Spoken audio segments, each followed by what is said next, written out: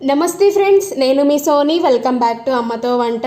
ఈరోజు ఒక simple tasty non veg రెసిపీని చూపించబోతున్నాను. ఆ రెసిపీ వచ్చేసి మటన్ షేర్వా.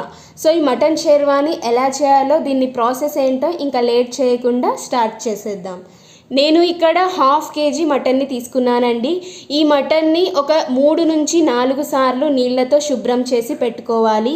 అలాగే ఇక్కడ స్టవ్ ఆన్ చేసి కడాయి పెట్టి ఇందులోకి 1 టేబుల్ స్పూన్ ఆయిల్ని వేసుకోవాలి.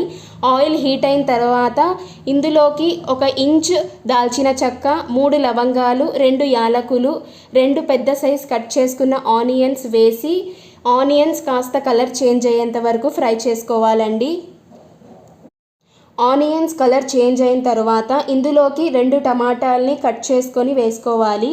సో ఇవన్నీ ఒకసారి బాగా కలిపేసుకోవాలండి. కలుపుకున్న తర్వాత ఇందులోకి ఒక చిన్న ఎండు కొబ్బరి ముక్కను ఇలాగ చిన్న చిన్న పీసెస్గా కట్ చేసుకొని వేసుకోవాలి.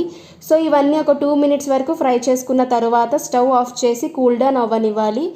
ఆలోపు నేను ఇక్కడ ఆల్రెడీ ఒక 5 నుంచి 6 ఎండుమిరపకాయల్ని నీళ్ళల్లో ఒక 10 minutes వరకు నానబెట్టుకున్నాను. ఈ నానబెట్టుకున్న ఎండుమిరపకాయల్ని మిక్సీకి పట్టుకోవాలి. అలాగే మనం ఇందాక కూల్ డౌన్ అవ్వడానికి పక్కన పెట్టాం కదా, దాన్ని కూడా ఇప్పుడు ఈ మిక్సీలోకి వేసి దీన్ని మెత్తటి పేస్ట్ లాగా చేసుకోవాలి. సో చూసారు కదా, ఇలాగ మెత్తటి పేస్ట్ లాగా మిక్సీకి పట్టుకోవాలండి.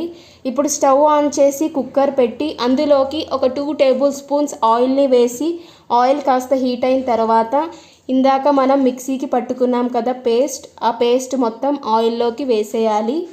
సో ఇది ఒక 2 minutes వరకు ఫ్రై చేసుకోవాలండి. ఒక 2 minutes తర్వాత మనం శుభ్రం చేసి పెట్టుకున్న మటన్ని ఇందులోకి వేసేయాలి. సో మటన్ వేసిన తర్వాత ఒకసారి కలుపుకోవాలండి.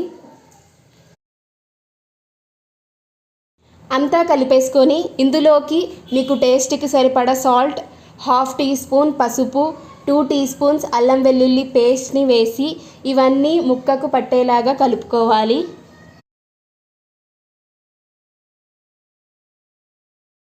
ఇవన్నీ కలుపుకున్న తర్వాత ఇందులోకి 2 టీ స్పూన్స్ ధనియాల పొడి, అలాగే 1 టీ స్పూన్ గరం మసాలా వేసి ఒకసారి కలుపుకోవాలి.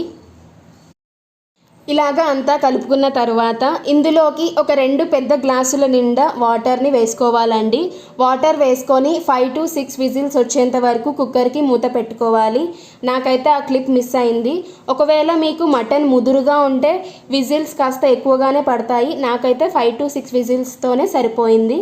సో అంతే అండి, ఎంతో టేస్టీగా ఉండే మటన్ షేర్వా అయితే రెడీ అయిపోయింది. ఇది చాలా సింపుల్గా చేసేయచ్చు. ఇది మీకు రైస్లోకి బాగుంటుంది, చపాతీలోకి బాగుంటుంది, జొన్న రొట్టెలోకి బాగుంటుంది, ప్రతి దాంట్లోకి చాలా బాగుంటుంది. Ultimate combination. మరి ఇంకెందుకు లేట్, మీరు కూడా ట్రై చేయండి. ట్రై చేసి ఎలా ఉందో కామెంట్ సెక్షన్లో కామెంట్ చేయండి. ఒకవేళ వీడియో నచ్చినట్లయితే వీడియోని లైక్ చేయండి, షేర్ చేయండి, ఛానల్ని సబ్స్క్రైబ్ చేయండి.